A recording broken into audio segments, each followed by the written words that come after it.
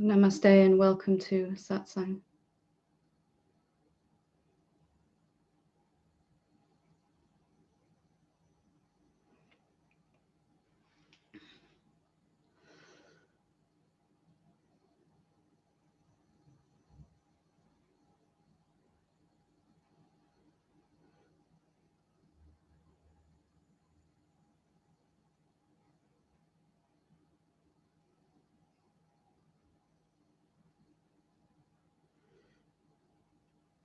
Why are we here in Satsang? What are we actually trying to achieve in Satsang? I really wanted to take a look tonight at how we actually transcend suffering. How do we come out of this state of suffering that most human beings are living in? And perhaps most importantly, how do we do that in a permanent way? And how do we do that in a speedy way? So I really wanted to kind of look at what the root of our suffering is and what we can do to turn that around or to transcend it, because until we find that thing that's most important, we might waste time along the way. I know I did, trying to find the most effective thing. So I really just wanted to share tonight the most effective thing that worked for me, that really began to lift me out of a state of suffering. So it's important to really know what suffering is, to really look at what is it that we call suffering as a human being. And there is physical suffering, but there is also a kind of suffering that is different to that. And even if there is physical suffering, if there's our body is in pain or something is happening, we don't need to be in resistance and in conflict with that. Whatever is happening in our world, in our life, in our body, in our mind, we can be in a place living with the ability removed for us to suffer. So how do we go about that? What actually is it that causes us to suffer? And really, what is suffering? If we look closely at what happens when we suffer, we'll find there's usually some negative emotion that we're feeling. And usually we feel that that is the cause of suffering. I'm feeling this way and I'd really like it to stop. But there are certain beings that have managed to feel negative emotions and still not suffered. And so maybe we can look a little bit closer and come to see that there may be something even more direct that we can do, that we can see to begin to transcend this. Suffering is really caused when a human being believes a thought. And that is the essence really of why we suffer. Our mind speaks to us and we have seemingly no choice in that moment but to listen to that thought, to give it a lot of attention and to believe it. And that produces this emotional response that we feel in the body. And that is the place that most people spend their entire life, that whenever our mind speaks, we have to listen to it. We don't seem to have a choice. And I want to really dig into that and see if it's possible tonight for you to come out of that, from that automatic point where we listen to our mind, where we feel we don't have a choice. What if there is a smarter way? Because unless we find this out, we're going to be leaving ourselves open that no matter what our mind says, we are going to have to give it attention. We're going to have to believe it. If I was speaking to you, asked you a question and you didn't answer me, my mind says that's because you don't like me. And then automatically, immediately, if I believe this thought, just because the mind suggests that that's why you haven't answered me, then I'm going to begin to suffer. But in reality, it could be 100 or 1,000 reasons why you didn't answer me in this moment. It could be that you were lost in your own thoughts, or who knows what. But or you were thinking about what I said and you wanted some time to think before you spoke. If we have a relationship that ends badly, or we lose our job, And our mind says, that's because you're not good enough. That's because I'm not good enough. Most human beings have no option at that point but to believe, yeah, that means this has happened because I'm not good enough. If we're in deep meditation and we're experiencing some peace, and then something happens, some emotions triggered, and we seem to lose that peace, mind says, it's gone now, you're not going to be able to get it back, you've lost it, it's gone for good. And at that moment, we have no choice but to believe that thought. And I could go on giving examples of where we commonly believe our thoughts. But of course, perhaps the most scary one of all is that I'm going to come to an end when this body comes to an end. And mind suggests this to us, and we believe we have no capacity to do anything other. So what's the answer then? What's the way out of this? Is it to look at every single thought we believe and to try to prove it's not true, to try to kind of transcend one by one? Or is there a smarter way?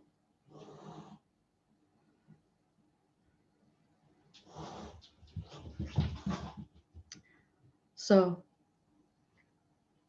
what can we do about this?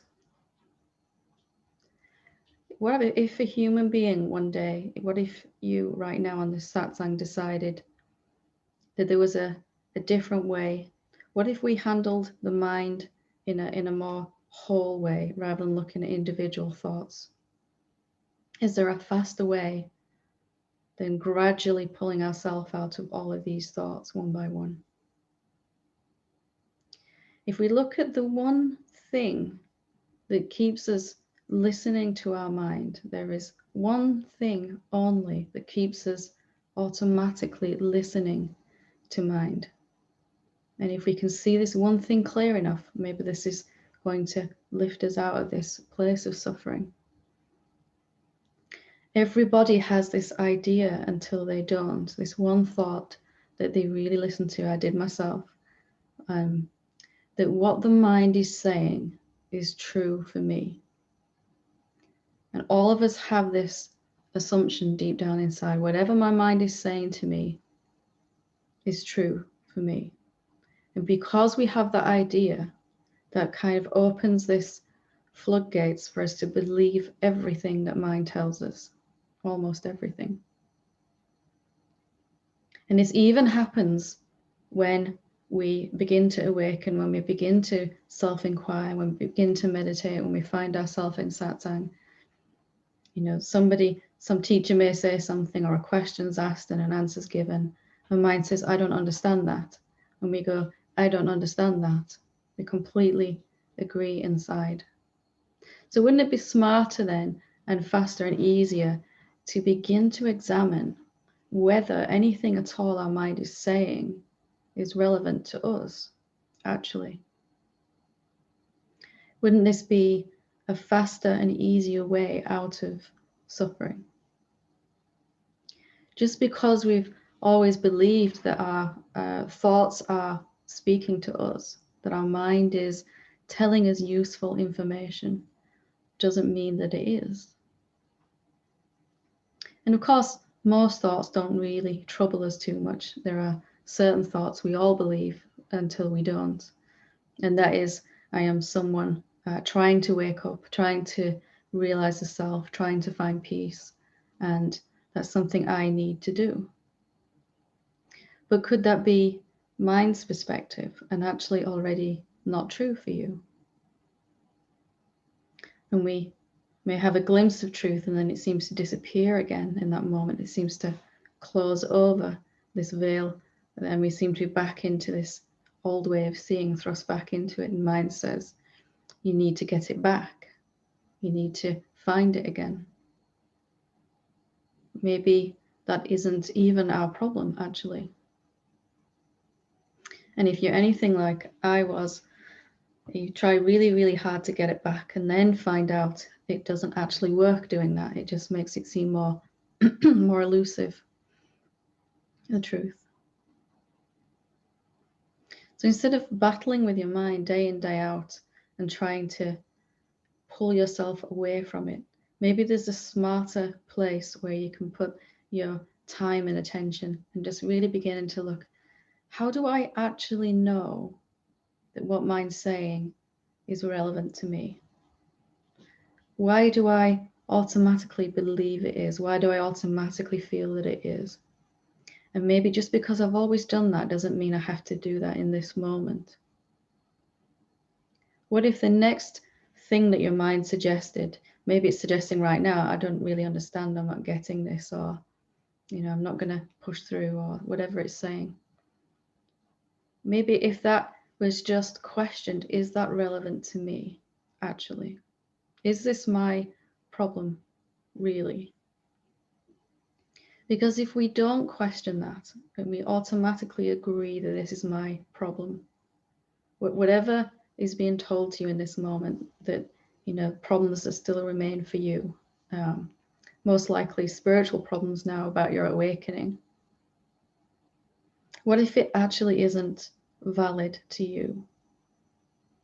What if your mind can only talk to this separate sense of self that we all feel we are at first?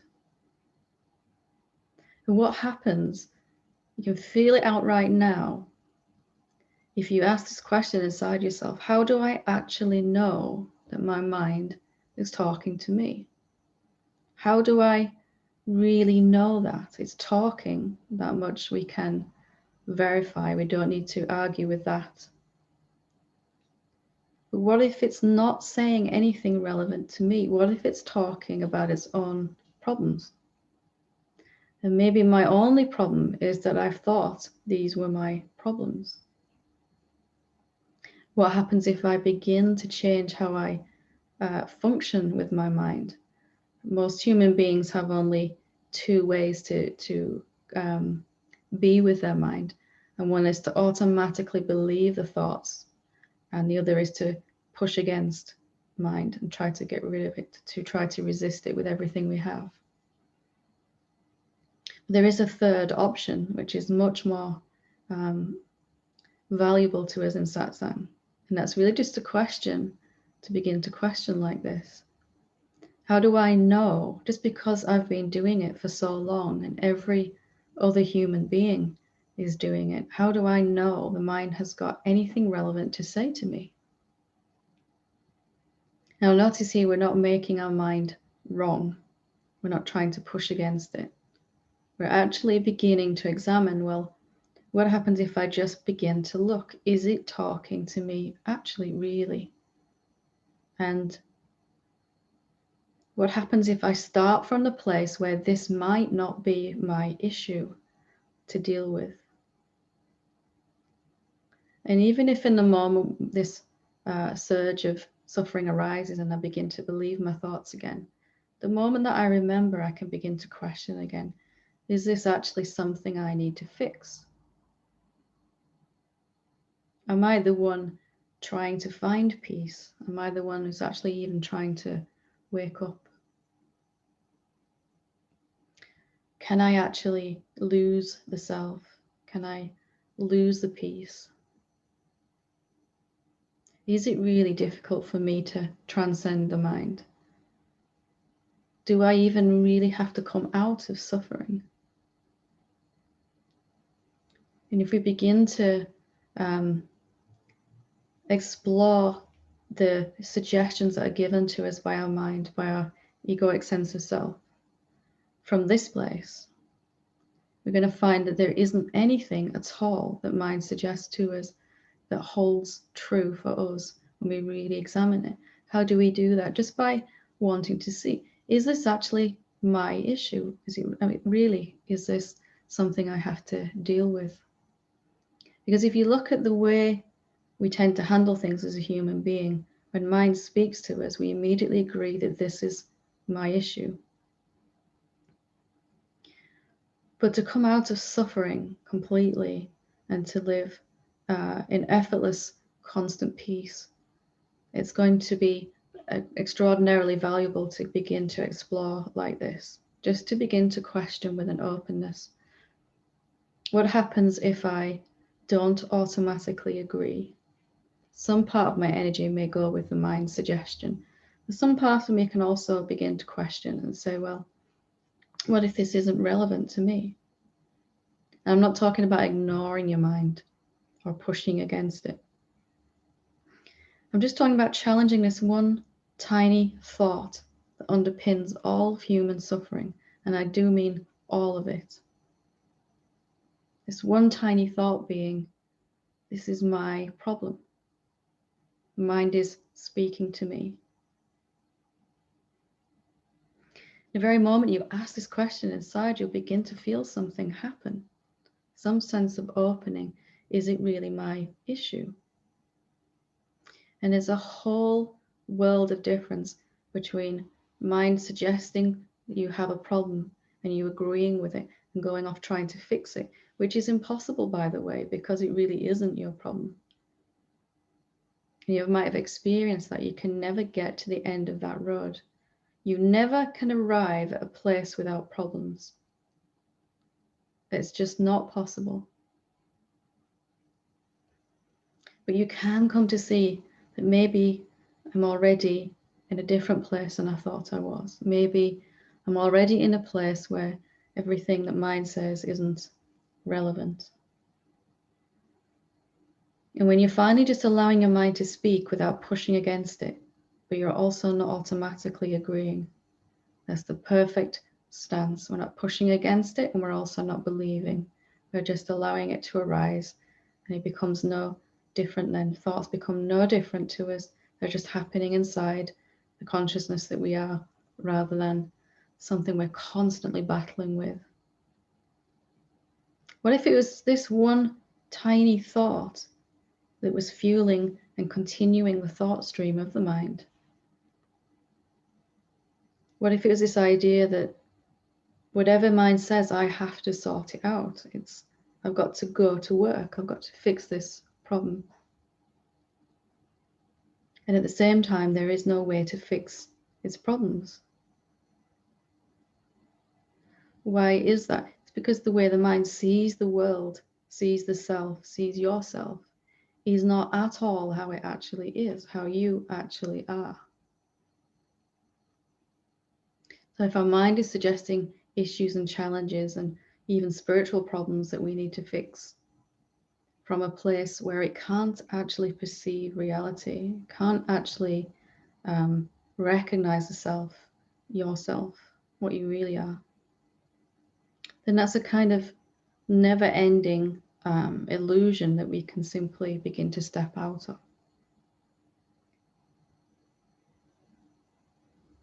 And this one question, is this really my problem actually, will begin to cut through everything, every problem that arises from this point forward right now. Even if there's a sense right now, I don't really understand what she's saying, and I'd really like to be in that peace, but I don't think I can. What happens if you just put a little gap between you and that and say, well, let me try it from this way. Is this really my problem? It seems to be, and I've experienced it many, many times. It seems to be my problem. But every time I try to sort it out, I never get to the end of it, ever. Has anyone ever found constant peace by listening to the mind? Is there any way out of that at all?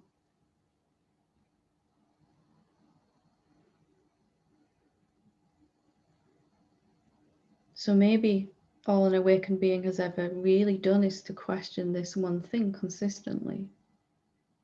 Is anything at all the mind says relevant to me? And maybe my agreeing that it is, that its problems are my problems, are actually perpetuating this suffering, this never quite coming into peace and staying there. And your mind can invent endless issues for you to have to deal with, endless. Okay, so you found peace, but it doesn't stay. How are you going to make it stay? Or you found peace, but you're still feeling some negative emotions. How are you going to get rid of them? What if your very agreeance with that was actually perpetuating it? What if the moment you begin to say, well, I'm not so sure this has anything to do with me at all, and I'd like to see, really. And I'm not talking about, sticking your head in the sand and going, I don't have any problems. It's more like, is this actually my problem, really? Let me look at this. Let me see. Let me come at it from a different place, rather than automatically going to work where mind says, here's your to-do list today. And when you finish these 20 problems, I'm going to give you another 10 at least, and I'll be adding them onto the bottom as soon as you're crossing them off the top.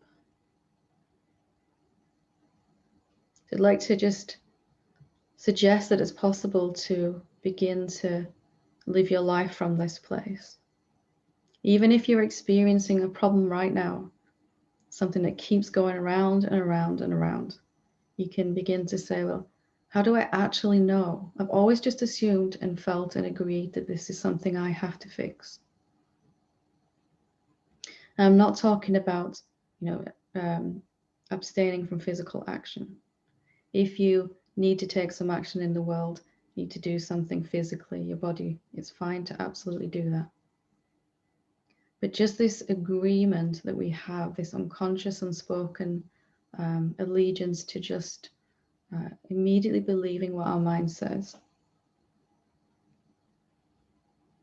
And what happens to your life if you don't automatically agree?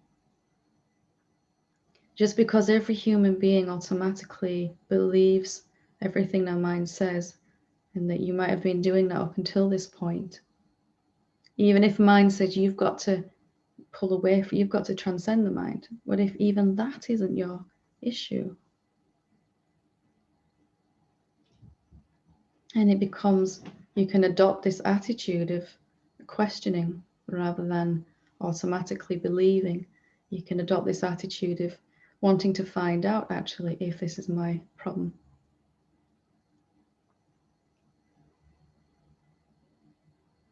And there isn't a single thing that your mind can suggest to you ever, that you'll find is actually your issue. And you'll find that there's already peace if you begin to question from this particular place. And this is a right now realization. Right now, in this moment, I can begin to find out what problem actually affects me just by asking. And immediately, my body will begin to feel different. I'll begin to notice that I'm onto something here. And the more I ask this question, the more enjoyable it becomes. And I might never ever get to the end of my problems. And maybe I don't need to.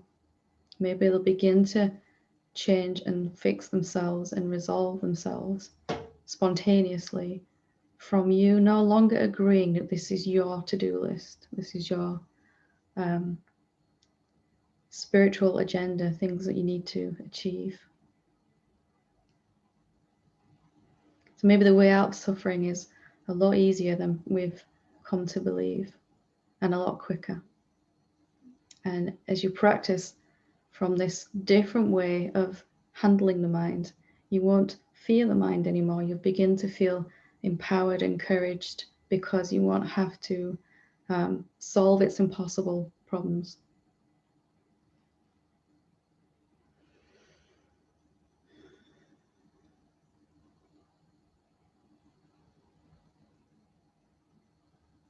It's all just hanging on this one thought.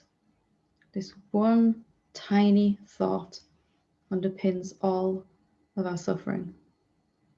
This idea that these are my issues, actually.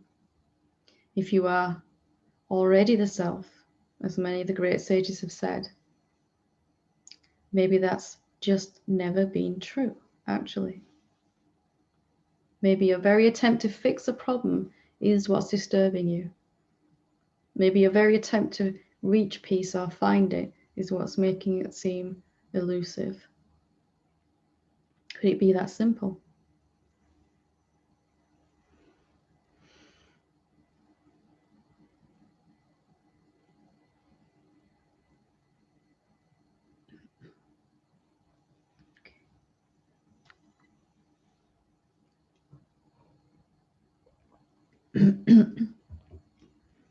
So I will I'll open it up for questions. I'll take up to 4 questions on this satsang. I have 2 questions here I'll start with that have been emailed in, so I'll start with those first. Excuse me. First question says, hi Helen, I've talked previously how I've had sneak previews as such of realization brought about by stress and a sense within the ego that all hope for the future is lost, leaving then only the present moment in which to live. This living for now was wonderful until ego started to build and plan a new life with my newfound self, thereby getting lost in the future again and becoming dissatisfied with the present. So our mind, our egoic sense of self, can even make a to-do list out of being in this moment. So it's good that you've noticed that. I was considering exploring this further with a contemplation such as, what if there is no hope? Or what if life never gets any better than it is right now? I know this may sound dark to some, but having experienced this sense of hopelessness before, almost immediately afterwards, I fell in love with what I am and with life itself. I feel it may be possible to live this way more permanently through this method rather than waiting for my dissatisfaction to tear my life apart again, or waiting for a better future that will inevitably never arrive. I know I already have the beautiful life I seek. Does this seem like a good course of action? And is there a more direct question? There's always a sneaking sense inside that once I acquire X or Y phenomena, then I will be there. I know this is a lie I tell myself to soothe myself, but I believe my own lie. Wow. So yeah, if this moment is all you had right now, if you didn't have any more time left to realize what you actually are, if you couldn't pin your hopes on the future, and if this was the last satsang you could ever watch or take part in, or this is the last moment to question, the answer would have to be in this moment, wouldn't it? Or maybe the answer would be this moment, or maybe some combination of those. And I think it may sound dark here, but I totally understand what if there is no hope, because what if life never gets any better than it is right now? It was only when I felt hopeless that I began to realize that waiting for something to happen, for it to get better in some other time than now, isn't going to bring peace. So absolutely, if those questions feel alive to you, I'd say go for it completely. And yeah, it's much better than waiting for this inevitable crashing and burning of this trying to get somewhere. And then that may be going on for a little while, but if you can bring your attention to the question, you won't be suffering. You won't be feeling so much as if you're trying to get somewhere. This question will be powerful. It'll take you into peace. And you know from what you've said in this question that what you're looking for is here already. So if we just let go of this sense of future for this moment and trying to get somewhere and begin to look at a more direct question, I would suggest is, what is here right now? What is this moment? What am I actually? Having said that, if those questions that you posed here really resonate with you, then go with that. But really what you're talking about here is stopping pursuing something in the future and beginning to investigate if it isn't already here actually. And that's the shift that we're looking for. What if mind's telling me something can happen in the future, but I've come to see it's never going to get any better than it is right now. And maybe I'm just not seeing right now clearly enough. Maybe there's more to see about this moment, about what I am in this moment, about what's available for me to experience in this moment. So yeah, that's really exciting. I really looking forward to hearing what happens with that. Okay, so we'll go to the next one. It says, hi Helen, I'm happy to come across your teachings since I can relate to the long years of study and feeling like I failed. I was just about to give up when I accidentally came across one of your videos. I've done the watching awareness meditation for a couple of years now. I've reached that spacious stillness, and it has become easier to see it as I go. I'm still paying attention to the phenomenal world, and cannot seem to stop doing that. So thoughts and emotions and all of that's going on. I've studied A Course in Miracles for about 14 years now, and various other teachings. It feels to me like there are two selves, the who is thinking and the one that's listening. I'm feeling more confused as time goes on, not less. Who is thinking and who is listening? There feels like a separation. So there seems to be this egoic sense of self, and there seems to be this kind of other self that is not actively participating. It's kind of passively listening, watching, and it's not involved in the turmoil of everything else, whether we're calling it the self or awareness or the listening, which you put here. Are we responsible for our thinking? Do thoughts just appear out of mind's habit? And do we need to correct these thoughts? I just want to walk away from all of this, but I just can't seem to. Thank you. So I really feel for you, and I remember how painful that is in particular. But just like the previous questioner, you're running out of hope, and that may be the last place mind wants to go. Like, I don't know how to fix this. I just can't seem to resolve this. What happens if we apply what we've been saying tonight already to this question, to this issue? You said it feels like there's two selves, the who is thinking and the who is listening. So it feels like there's a separation. So mind, there's a real strong sense that there's two versions of me. There is this finite, limited self, and then there is this bigger place inside me that I'm touching upon but can't seem to stay there. So what if even this is not your problem? What if you're not the one that has to make these two turn into one? When you inquire and ask what you experience, what you actually are, this awareness, as we're calling it here, in that place, there isn't two. When you're experiencing what you actually are, there isn't actually two. And so when later then it seems that there is two, are you ever going to be able to fix that? When it seems like you've lost the awareness and you're back into suffering, then almost everyone agrees, and I know I did too, I've got to get back to this other place that I've lost or left or whatever it is that we're being told in that moment. What if you step back from even this issue? Is this mine to fix? Are there really actually two selves? Although it seems it, very, very much seems it. And what happens if I ask that question instead of trying to get back somewhere? If there really isn't two, and I'm agreeing that I've got to get back, then I am validating going with my mind's assumption that there is two, that there is this egoic sense of self and then this greater self in which I'm not suffering. It seems to be the problem right now for you, but is it true that you have to fix this? Is it true even that you have to find your way to peace? What happens to this situation? And this sense of hopelessness it's not a nice thing to experience, but it gets me kind of excited when someone talks like that, because mind is running out of tricks.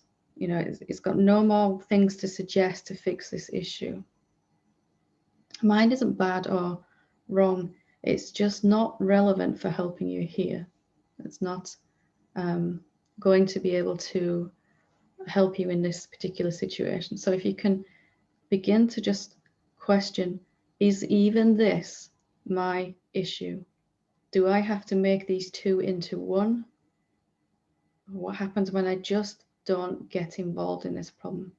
Of course, you want to feel peace and you don't want to suffer, but maybe the smartest way to do that is to not get involved in this to and forth, back and forth that mind is doing.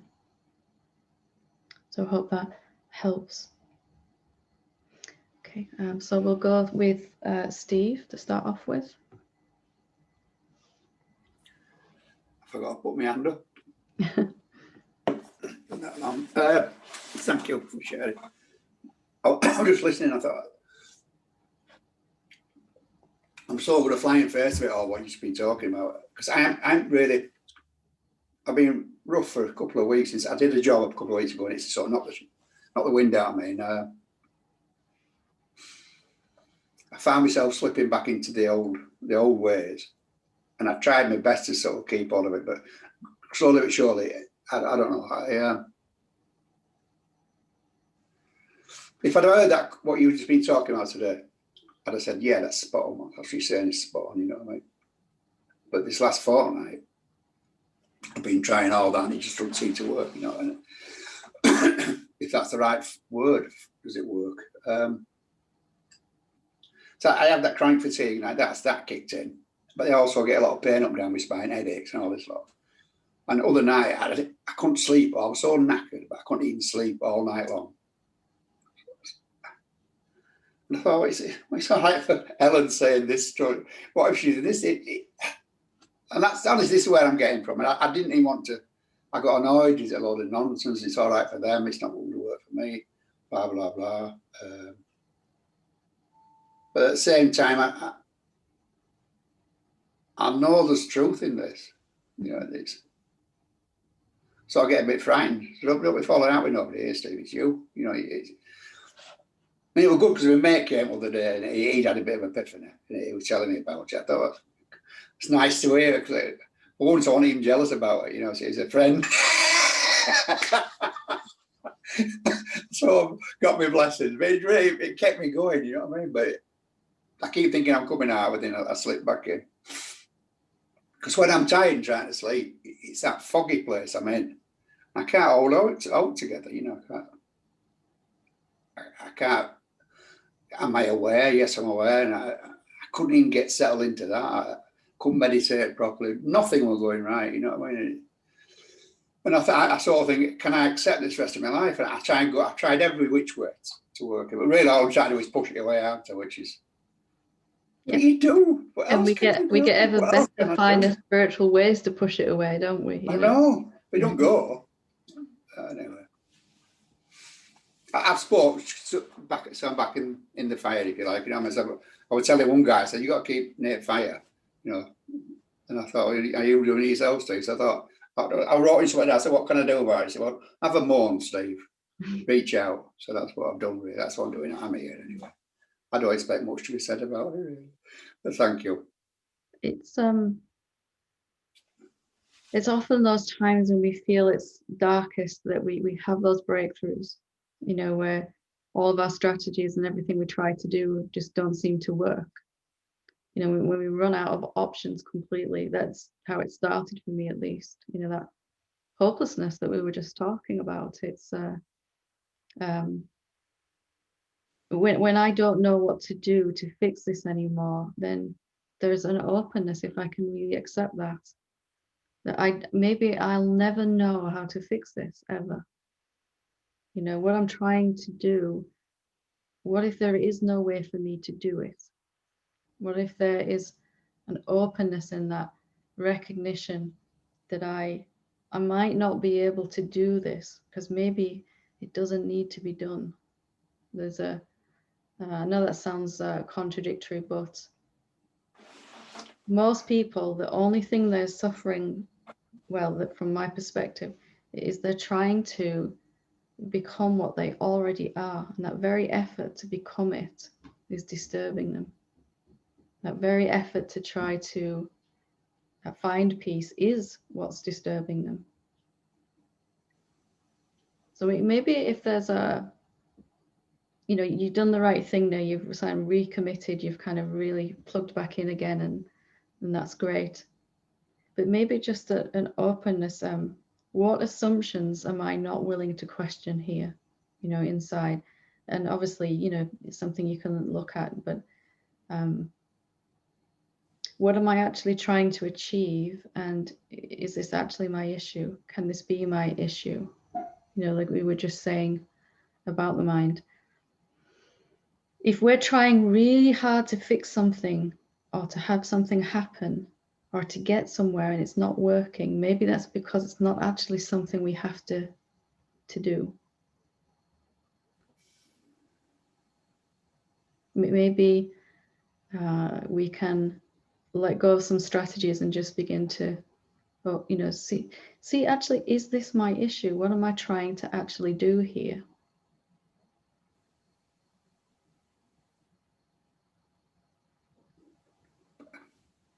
Just to leave a little gap between, I don't know what to do about this. I can't seem to make this work. I can't seem to fix this.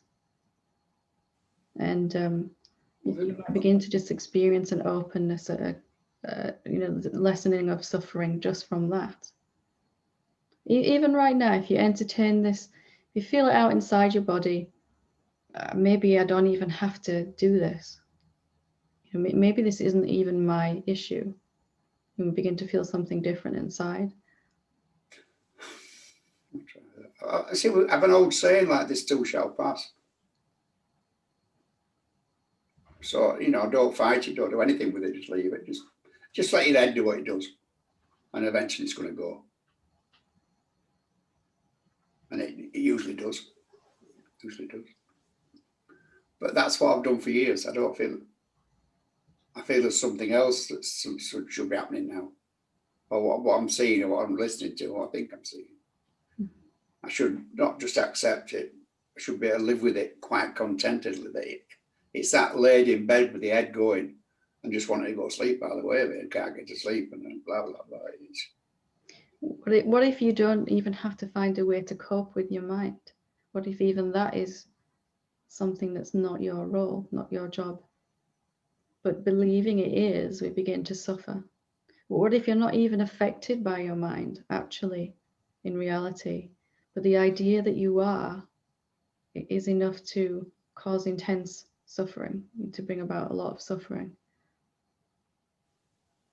Isn't everyone's basic assumption where we all start this sense that my mind is just bombarding me and there's nothing I can do to stop it? No matter what I do, it's just constantly doing its thing at me. And then, of course, from that place, we do everything we can to try to get away from it.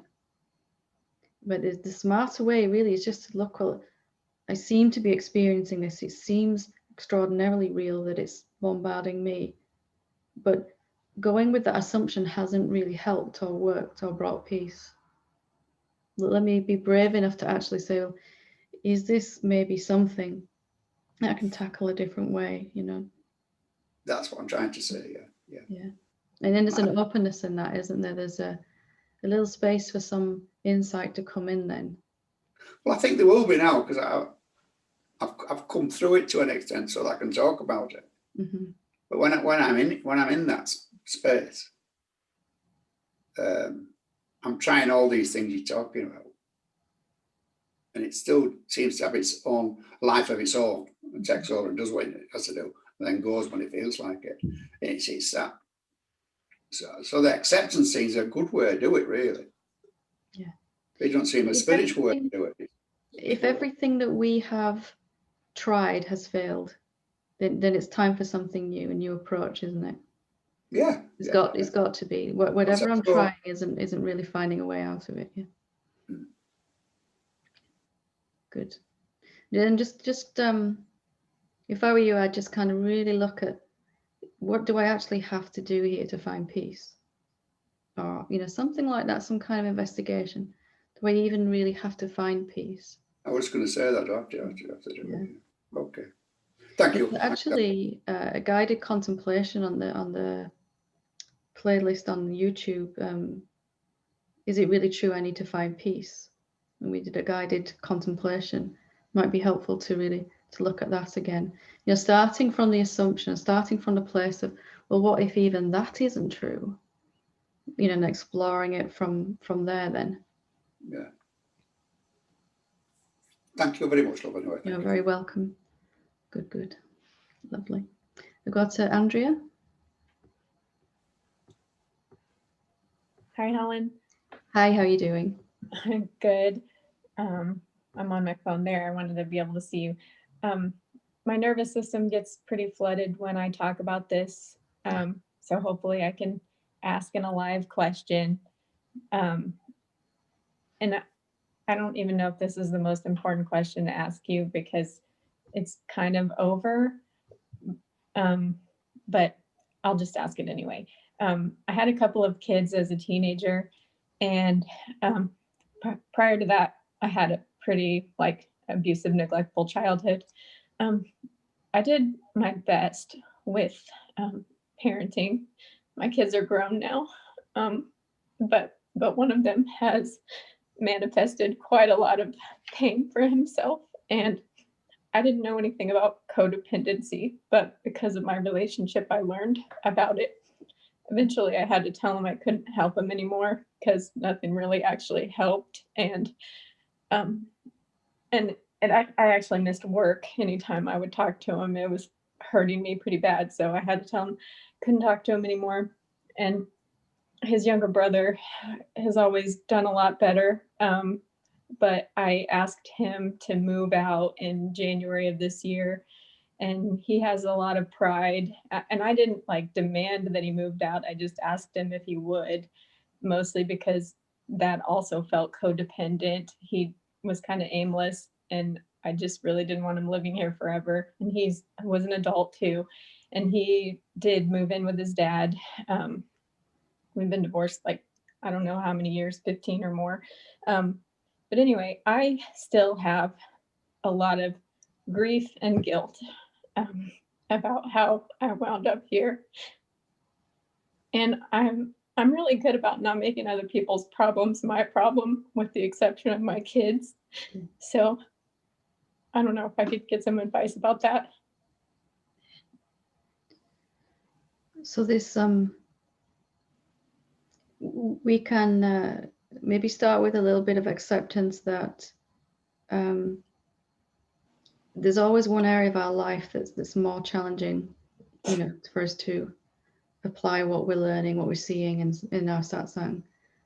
And I think anybody who's a parent would agree that this is always going to be one of the most challenging places. It was for me, definitely. And it's because we're a loving parent, doing our best always, that we're so troubled by this. If you were blasé, oh, they'll be fine, you wouldn't be feeling the way you're feeling right now. So you can kind of start to recontextualize it a little bit.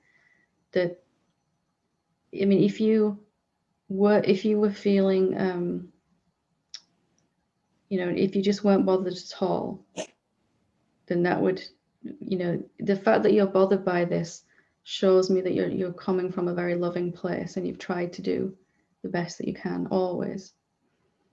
The reason for these feelings, you said guilt and grief, did you say? Grief and shame too. Shame. My family shamed me quite a bit about it. Yeah. So shame depends, and grief, they're based on this idea that you could have done something different than you did as a parent. Okay, that's the raw basic assumption. Because if I believe that I could have done something different, let's say looking back at some incident I would rather have handled differently than I did, which I think everyone can remember some time like that. Then is the assumption inside that I could have done something different as a parent or as a wife or as a sister, whatever we're coming from. Then the very next thought that comes is, and I should have done something different, or I should not have done that thing that I did, whichever side of the coin it goes to. So this very pivotal assumption here is that I could have done something different. I had a choice in that moment, and I made the wrong choice. That's what this feeling is coming from. Or my actions weren't good enough, or my parenting wasn't good enough, that kind of thing.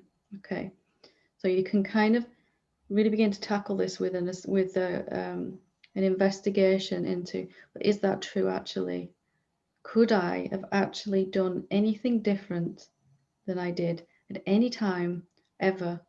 You know, you don't even have to kind of restrict it to parenting. It can be, this is all of our minds' shoulds and shouldn'ts about ourselves and others are based on this one assumption. That you could have done something different.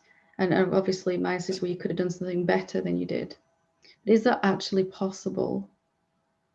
Or is it that everyone is already acting from the highest place available in each moment? And, you know, from where you are now, you may make some different choices. You may, if you could go back, you might make some different choices. I'm sure we all would.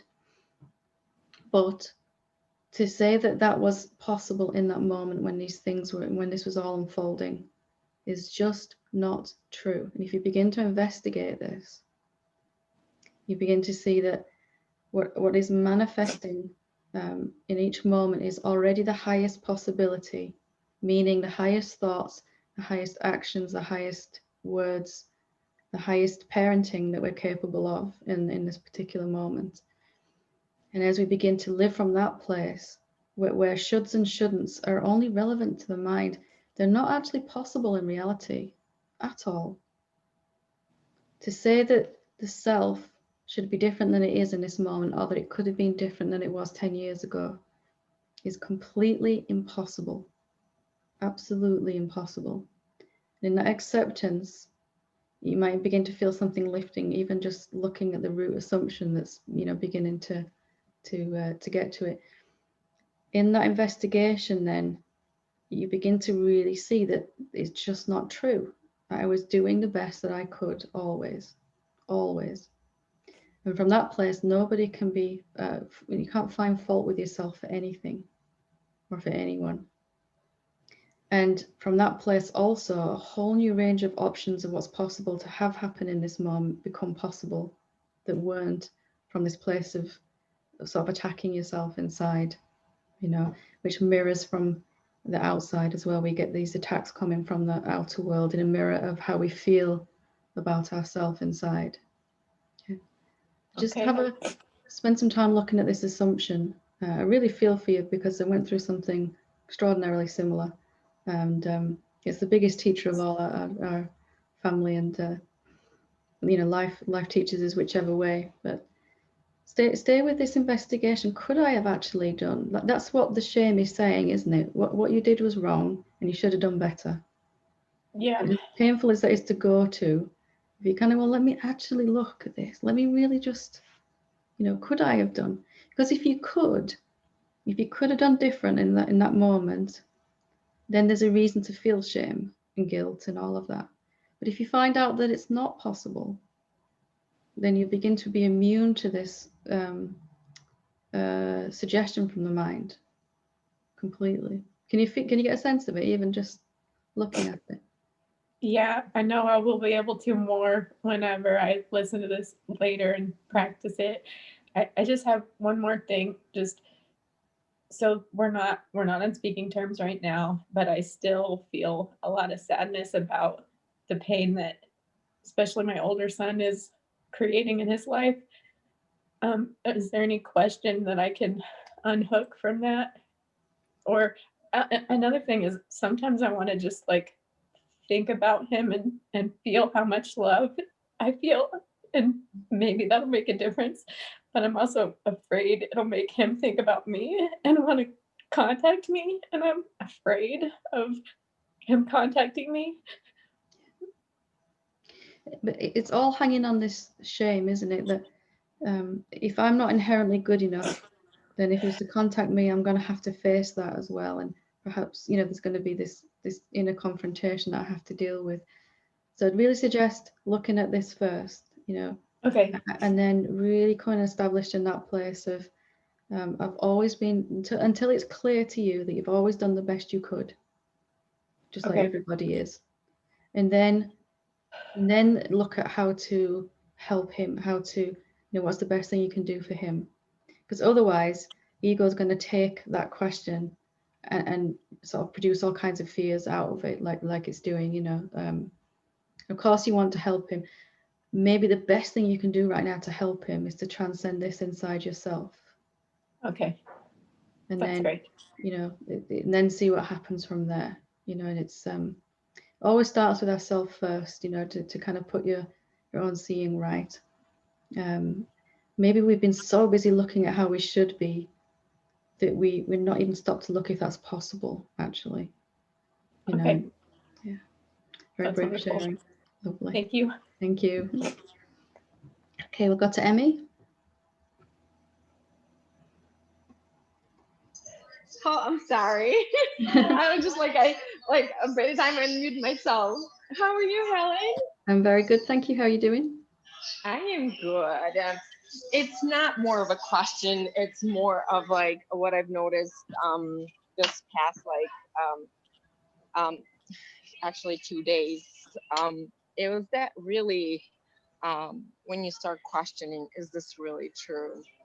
And what I've come to realize that there's absolutely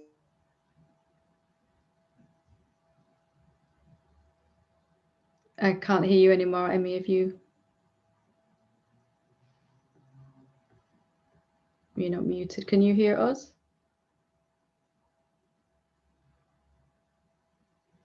it's not impossible to change thoughts and feelings. Okay. Just repeat that last bit, Emmy, because we lost the sound for a minute. No, what I said, it's just like not possible for us to change any thoughts. It's not.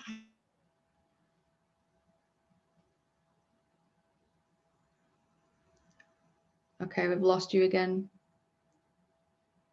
I don't know if where you are, the signal isn't too good, but we can't hear you right now.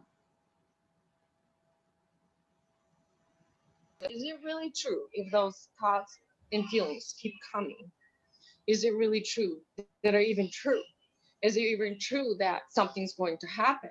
Is it really true that they even belong to me? When I started realizing it for the first time, I mean, how many times like we've talked and how many times we've seen each other, and we've talked about it, but I had it was just that like when it's probably literally got deeper into the Newman. I mean, when I saw it, it's like, there's absolutely nothing I can do about this. Absolutely nothing. And do I need to? And if how did that make you feel when you realized there's nothing you can do about it?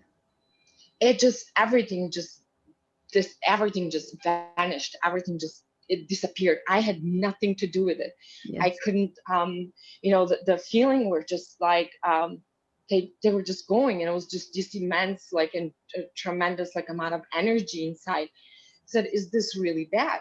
Is this feeling actually what the mind was interpreting as something bad? It was just intense energy that was passing through.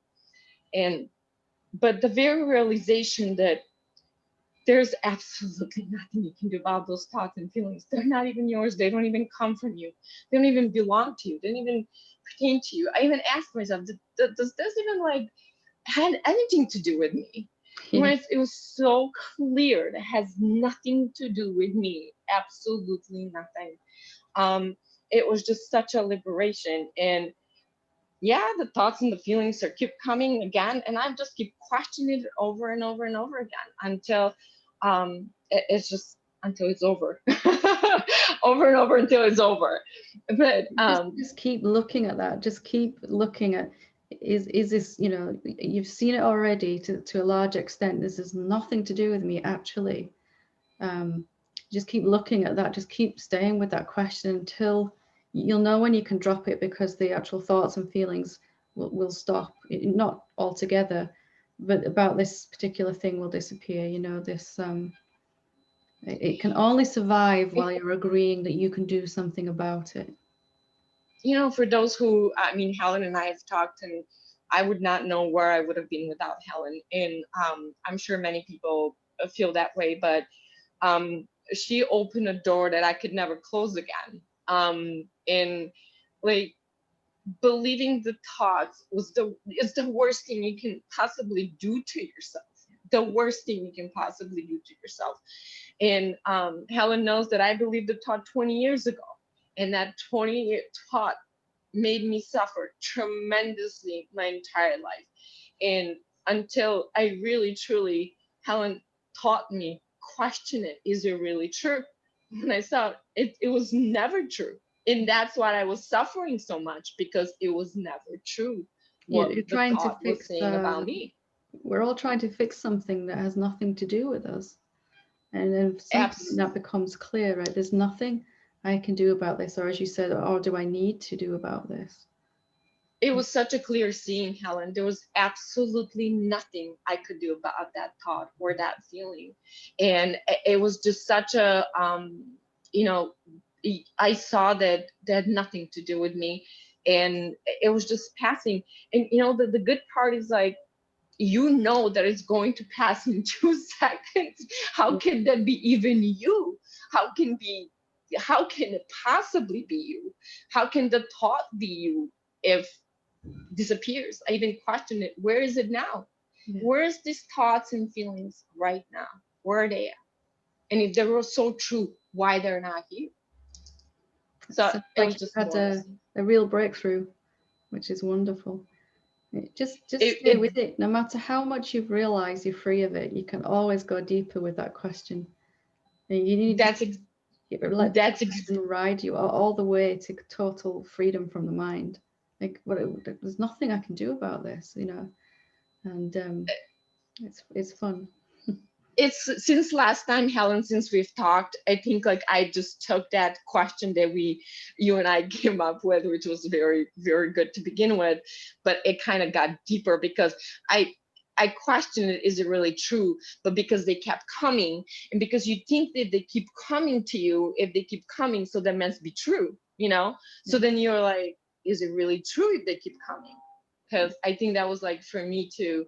I was more afraid of the thoughts and feelings that they keep coming, and if they keep coming, they must be true. And then after I questioned that, and I saw that there's absolutely nothing to it, I think that's what really helped. So I don't know if that helps anybody else, but It's question. exactly what I was saying at the start of the satsang. It's exactly a testimonial of us seeing that this has nothing to do with me actually, even though I felt it was, even though I was so sure it was. When I really look, it's not actually anything I can do, do anything about, which is not something we want to look at first. But when everything else has failed, we'll look at this then, Lovely. Yeah, because you think you can control, and I think like the delusion is like you can control it, and the delusion is like that you can change it, and you can't. They're just coming. They're just I don't know, frequencies, whatever they are, but like it's just. That trying to control it is based on the idea that it's affecting me, which is the first and only illusion really, that what mind is saying is affecting me, and I'm feeling it in my body because I'm believing it. So that one assumption is there's nothing to do with me. You'll see clearer and clearer. Lovely. Thank you for sharing that, Emmy. Appreciate it. No problem. I'm Thank sure it'll you, be Helen. encouraging. I love you always and forever. You know that. Love you too. Take care. Bye. Bye. Okay, we'll go to David, last but not least. Okay. Hello, Helen. Hi, how are you doing? Great. How are you doing? Thank you. Good. Thank you for being here and sharing with all of us. So I kind of, listening to your talk today kind of made me think, there's something that I took up a few weeks ago or a few months ago, I guess. I'm not really sure. I just started becoming more increasingly aware of how much my day I'm lost in a story or a narrative, and how easy it is to fall into that, continuously throughout the course of a day. And I started to, another teacher had said something similar to this previously, but it's something that really started to bubble internally for me, which was that no thought is true. That no story even could contain, even the event of which it's a story about, or this kind of thing. And that usually the stories that I tell myself have very little, if not nothing, to do with the events as they are. Yeah, you've noticed that. The stars are like, really? This is the story that's going on about this? Yeah, and it's every once in a while we'll have an event that proves how, as you said in the beginning, how wrong our assumptions about a particular situation can be. Yeah. And we're just not reeling. And it seems like the more I look at this, almost the amplitude on the thoughts gets bigger, because I'm becoming more aware on a regular basis of just this rolling narrative, and of course my identification with it. Yeah. So like my attention is on the story, and the story is about this assumed me and how I feel in relationship, and there's this whole identification with the thought stream. And in a way, I can start seeing it as a story. And again, it's like no thought is true. And that kept coming back to me, like, no thought is true, no thought is true, no thought is true. And I would see these streams going on. And I would experience like a freedom in a way from the narrative when that would arise in me. There was space and I was there. But at the same time, it almost feels like the more this happens to me, and it's been going on for several weeks, almost the stories, even if I can say they're not true, they almost get very loud and very relentless. Yeah. And I can, by taking my attention or awareness away from that hyper identification with the thought, some space opens up. But then I guess maybe I start trying to relate it to what you're saying, making that a problem. Like, okay, well, I know I'm not the thoughts, I know I'm not the story, I know I actually don't know what it is that I'm calling I actually don't know what that is. And there's this intense looking, like one of the things that drives me nuts and that does put some fire on the fuel in my spiritual quest is knowing that things aren't the way that I often take them to be. Yeah. And that knowing drives me nuts, right? And so I lose identification with the thought, my attention is looking, but it's almost like there's got to be more. Like, what am I not seeing? There's got to be more. What am I not seeing? Yeah. And that becomes sort of my big problem. And then I've got these loud thoughts in the background, and I'm feeling very hyped up, and there's a lot of energy. But in a way, I'm almost feeling trapped in a strange way. Yeah. And maybe more trapped than you were before you were trapped in the stories, right? Because now you're aware of how trapped you are, and that's like the worst place to be, isn't it? It's awful. Yeah, it is. And so I find that peace in that space, and I'm looking, and I guess in a way to relate to what you're saying today, like, for one thing, how does that, like, no thought is true, or that kind of approach looking at it, are these stories true, different from what you're saying? Because you're saying, do these really have anything to do with me? And that seems, a little bit different. And then maybe start with that. Sorry. Yeah. Or am I making it into a bigger problem than it needs to be? Like, is this an assertion of will, again, that drive to break through, like I talked to you about previously one time? Yeah. If you can see the stories aren't true, and there's a willingness to entertain the idea, the realization that maybe no thought is true. On the relative level they are, but absolutely in the absolute place that is the real being, that maybe no thought has any relevance there at all. And then that's led to this kind of turning away from that and towards what's real. Then you've only got to come to see how mind is trying to pull you back. So mind is now suggesting that there's now some attention going to this massive kind of effort to find out what you are. This effort has gone from trying to fix the stories and change them to, okay, well, if that's not real, some ego kind of grabs a hold of it then and says, right, let me do this, let me get this done, and it rolls up its sleeves, this self-inquiry thing, and I'm going to get it sorted. It puts like 150% energy into it. But maybe the problem that's been given to you also isn't true again. The thought that's being believed now has become much more subtle. Something like, it's really, difficult to find out what I am, or, I've really got to look hard and find. Find out what the story is you're believing now about this and see if it's true. What's the story? Maybe you can tell me right now. What's the story about where you are now that's kind of been subtly bought, entertained? Well, I guess it's the fact that I see and identify a lot of, I'm not even going to say what I'm not, but phenomenon, what I mean? They're in the field of awareness. And the story is there's got to be something I'm missing. Yeah. That isn't true. Mm-hmm. What if believing that story is the very thing that's disturbing you? What if that story is something, it seems it's kind of a very seductive illusion, but what if I just don't believe even that story? And I go deeper into this moment, into my experience of my real being. without believing that story. Because mind is trying to hold on, and you've just got wise to the fact that all the stories about me as a separate being are just not true. So it's going to try to create some stories about you as a seeker, your spiritual pathway, and it can invent endless problems about that, as I'm sure you're experiencing with where this question comes from. So what if even this assumption isn't true? And can you see that something's automatically picked it up and said, yeah, actually that is true. Something just kind of buys this subtle assumption, the suggestion rather, from the mind, even here, that there's something you need to do, or what if just wanting to see what you are is enough? What if that very, very simple thing is enough? And then any effort, any real efforting and struggle might be what's obscuring it now. Just looking for these subtle stories is what I'm saying really here, and stepping out of them if you can, just to become aware of them. You'll begin to come out of them. Can you get a sense of it? Yes. So, in what you're saying is this story really true, to look for those subtle stories that I'm still buying into, and that almost becomes a device to become more aware of those subtle levels? Yeah. The moment you come to see,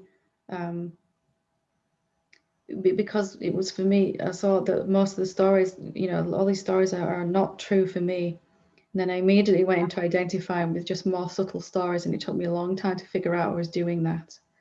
That's okay, that isn't true. Let me look at what I really am. And I began to experience that. And then all these subtle stories came up about, but I can't seem to stay as that. How do I stay as the awareness? All of these subtle ideas were suggested.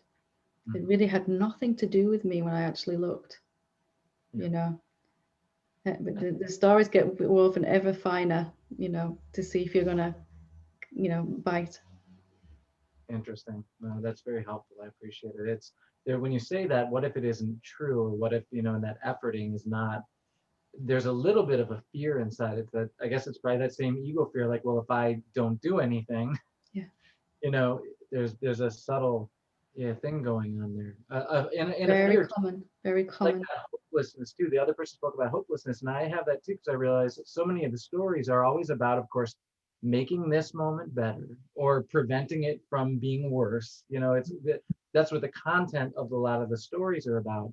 And I've come to that place a lot of times where it's like, this is it. Like, and I'm aware that this is it, and that there really is no better. And there's likes and dislikes and desirable and undesirable outcomes, but fundamentally it doesn't shift, what I experience myself to be.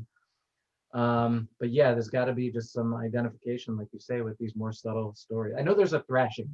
There's this inner thrashing going on right now, and I know I'm just making waves, but is almost a fear of if you don't move, nothing will happen. And I guess and that's worth looking at, actually. Okay, if what Helen's saying is true and there's nothing I need to do about this, and none of the stories are true, then what do I do? Because I'm not experiencing peace right now. Just give up all attempts to fix it and then hope it turns out. And something immediately kind of goes, oh my God, who would I be without my efforting? But this is me. Something inside goes, this is me. And if I stop my efforting, my thrashing, I think you said, right? Who would I be without that? And it's sort of looking at that, you begin to notice this energy that just wants to keep doing. Maybe it's not even about finding truth or finding peace or waking up. Maybe it just wants to keep doing something, anything at this point to survive. It's kind of trying to hang on. So you can even look at that. Well, am I doing anything anyway, really? When I look at what I really am, my body's doing stuff, my mind's doing stuff, my emotions might be moving, all of that. But am I doing anything? Am I even the one that's trying to fix all these issues and all of that? Can I do anything about the thrashing anyway? And do I have to even? That's a really good place to kind of look at inside.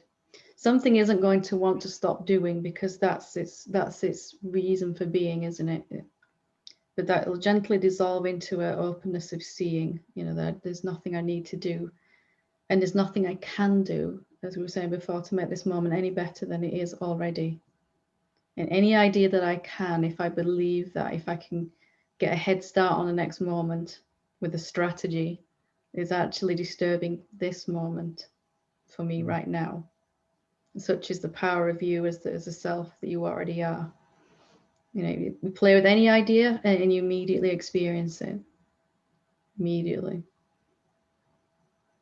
That's very Just helpful. you allow that kind of, oh yes, but who would I be without it feeling? And what if I, you know, if I just stop, you know, what if I just let that energy run and do what it does? But you just kind of, you can investigate, well, what do I have to actually do? And can I do anything? And, you know, the sort of questions like that may not be, it might be a new area in terms of your investigation and your thinking. Yeah, But very, very productive if you kind of, there's this kind of, when it came down to it, for me, ego was just this kind of restless thing that just wanted to do something, you know, and it was, okay, well, I just don't have to, it was just kind of this restlessness inside my being. And I just kind of eventually got, I'm never going to get there if I keep doing it that way, you know, just disturbing myself with that. You get a sense of it, it's just kind of, you might just be able to put that down, not making it wrong, just. Sure. No, I do. I appreciate that. It's a very, it's a challenging move, you know, posture to try and assume in a world based on so much emotion and cacophony, you know. But yeah, no, I really appreciate that. That is something new to look Your at. body and your mind and all that will still continue to function, probably even better. But just to look at, do I have to do anything about this? Whatever problem is put in front of you, do I have to do anything about this? Especially these very, very fine spiritual problems, you know, like how do I actually get out of this? You know, Awesome. that one thought is enough to disturb you endlessly, if believed. Very much so. Good, lovely. Thank you. Thanks for sharing. Very welcome. Okay, we'll leave it there for tonight, and thank you for joining me. Namaste. Namaste. Love you, Helen. Thank you.